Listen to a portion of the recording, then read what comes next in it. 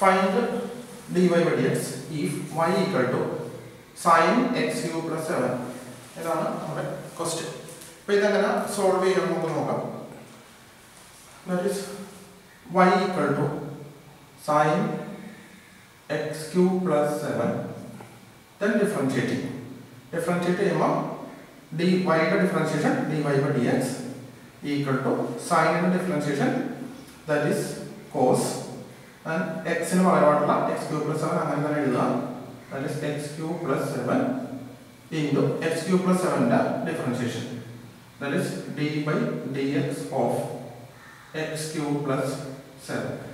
So next step il നമുക്ക് ഇങ്ങനെ എഴുതാൻ പറ്റും cos x cube plus 7 into x cube plus 7 ന്റെ differentiation. That is x cube ന്റെ differentiation 3x square. That is ഇത് x raised to n format ആണ്.